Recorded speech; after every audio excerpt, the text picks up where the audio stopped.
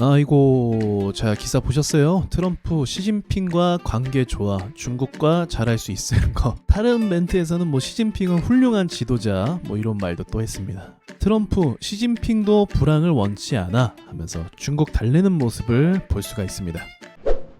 자, 시장은 오전에 아무래도 갭 하락으로 시작을 했지만 보다시피 다시 이런 트럼프의 발언들 때문에 반등이 나오는 것을 볼 수가 있고요. 코스닥 역시도 격하게 반등이 나오는 모습을 볼 수가 있습니다. 그래서 트럼프가 저렇게 말한 이상 이전에 예정이 되어 있었던 에이펙에서 미국과 중국의 정상회담이 열리는 것에 대해서 이제 문제없이 진행이 될 수도 있겠다. 그런 또 예상도 가능하게 되겠죠. 그래서 이 부분이 문제없이 진행이 되면 여러 관련 종목들도 있겠죠. 일단 중국이 온다는 거를 전제로 한다면 최근에 좀 잘 올랐던 화장품도 다시 한번 흐름을 탈 수 있을 것 같고, 그리고 트럼프가 오면 조선이라든지 또 대북주라든지 이런 부분도 주목을 받을 수가 있을 것 같고, 그리고 사실 이것보다 더 중요한 게 뭐냐면 지금 전 세계가 갈등 가운데 있잖아요. 이것이 여전히 진행 중에 있고 트럼프가 이 갈등을 관세로 더 부추기고 있는 상황이란 말이죠. 이게 시간이 좀 오래되다 보니까 미국도 그렇고 중국도 그렇고 서로 간에 손실이 많이 생기고 있어요. 그러니까 경제가 안 좋단 말이죠, 제 말은.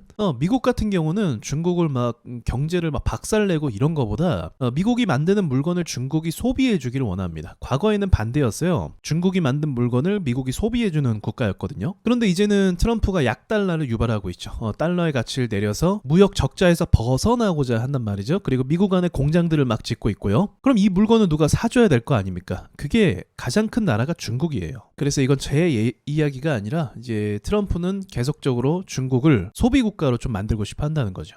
그 전에 있었던 1차 무역 합의 같은 경우도 중국에게 농산물을 이제 구입할 수 있게끔 이제 사인을 받아냈죠. 마찬가지라고 전 생각을 합니다. 중국이 더 이상 성장하지 못하게 제재와 견제도 당연히 하겠지만 더불어서 중국이 본인들의 물건을 사줄 수 있는 나라로, 소비해 줄 수 있는 나라로 이제 협상하는 게 중요하다. 그래서 이렇게 되면, 그러니까 미국과 중국 간의 어떤 이런 협상의 진전이 있다면 시장이 전반적으로 좋아질 가능성이 굉장히 높은 거죠. 코인 시장도 그렇고 다시 한번 전 세계에 눌려있던 그런 경제 억압이 이전에 있었던 경제 호황만큼은 아니겠지만 만약 그렇게 된다면 최근까지 금값이 엄청나게 올랐거든요. 이게 좀 조정받을 수 있어요. 그래서 이번에 경주에서 열리는 에이펙이 그만큼 중요한 겁니다. 근데 그 중요한 순간에 불과 주말까지만 해도 좀 안 좋은 소식이 들렸었던 거고, 그게 지금은 또 이제 문제없이 해소가 될 것 같은 분위기로 또 넘어가는 거고, 어지럽죠? 아무튼 이런 흐름이라는 걸 여러분이 알아두시면 좋을 것 같아요. 자, 이상 마치겠습니다.